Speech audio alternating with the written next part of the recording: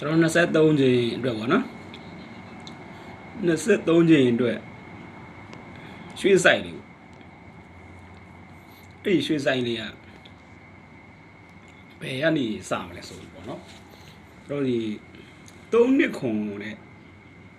သူ့အထောက်ပေါ့နော်သူ့ရဲ့ဘေးကဒီကနန်းဒီတဲ့3နှစ်ခွန်ထောက်လို့မသူ့ရဲ့ဘေးကကနန်းဒီအဲ့ဒီနှစ်တဲကို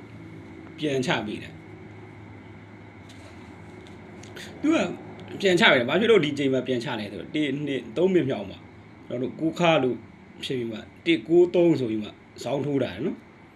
အဲ့ဒီ193ဇောင်းထိုးပြီးမှတဲ့ဆိုတော့ဒီဘက်မှာတော့ဟိုဘက်မှာ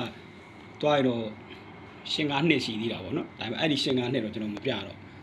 39ဇောင်းထိုးပြီးမှကိုခါကနေကျွန်တော်တို့1နှစ်3နှစ်မြောက်မှာပြန်ချပေးတာဒီဘက်မှာလည်းဒါဒုတိယဆိုင်ပေါ့နော်ဆိုင်ကနှစ်ကက်မြောက်3ခုနှစ်လို့ထောက်တယ်ထောက်ပြီးရတယ်သူ့ရဲ့ဘေးရကနန်းဒီပြန်ချပေးရဘယ်ချိန်မှပြန်ချလဲတဲ့သူကအောက်မှာပြန်ချပေးတယ်1နှစ်3နှစ်မြောက်မှာကိုခါလို့ဖြစ်တယ်နဲ့193လို့ဇောင်းထိုးတာတို့ဒီမှာလဲရှင်ခါနှစ်ကလည်းရှိတာပဲနော်အဲ့လိုမျိုး391လို့ဇောင်းထိုးပြီးတော့ကိုခါနေ1နှစ်3မိနစ်မြောက်မှာပြန်ချပေးတယ်ချပေးတဲ့သူက3ခုနှစ်ကဘေးရကနန်းဒီတဲ့အဲ့ဒီပြန်ရွှေ့ပြရမှာပေါ့နော်ကျွန်တော်ဒီခုနပြခဲ့တဲ့ပထမ site ပေါ့နော်နှစ်3ခွန်ရဲ့ဘေးရကနန်းဒီပြန်ချတယ်နော်ပြန်ချပြီးတော့အဲ့ဒီကနန်းဒီ1 2 3 4နှစ်မြောက်မှာပြန်ချတာဗျာနော်ဘာဖြစ်လို့သူကဒီချိန်မှာပြန်ချတယ်ဆိုတော့3ည2 8သူ့ရဲ့ဇောင်းမှာပြန်ချတာ3ည2 8လည်းရှိရမယ်တဲ့သူ့ရဲ့ဇောင်းမှာအထောက်ကလေးရပါတော့သူနဲ့တန်းတန်းကိုသွားလိုက်မယ်ဆိုရင်တဲ့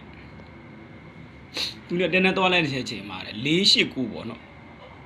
အဲ့ဒီ489နဲ့အပေါ်တက်လိုက်ချင်းနဲ့6ခွန်9ပေါ့နော်6ခွန်9ရှိတာပေါ့အဲ့ဒီ6ခွန်9 489နဲ့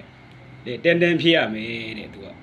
အဲ့လိုပေါ့နော်3ည2 8လည်းရှိရမယ်အပုံစံပေါ့